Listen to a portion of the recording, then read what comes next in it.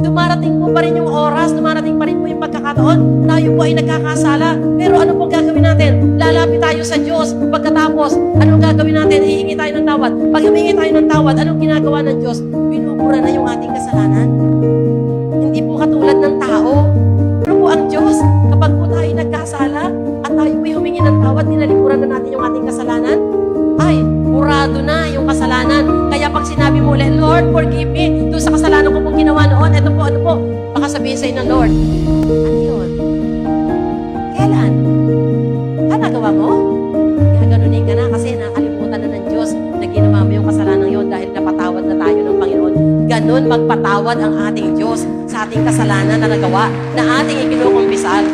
That's why the Lord is good all the time, because His mercy endures forever. You are the light of the world.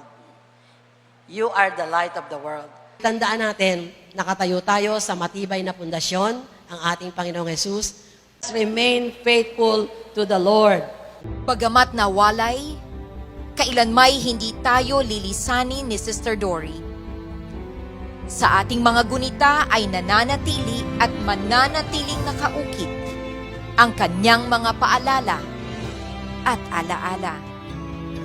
Mga paalalang ating patuloy na isasabuhay at mga alaalang ating patuloy na pakaiingatan.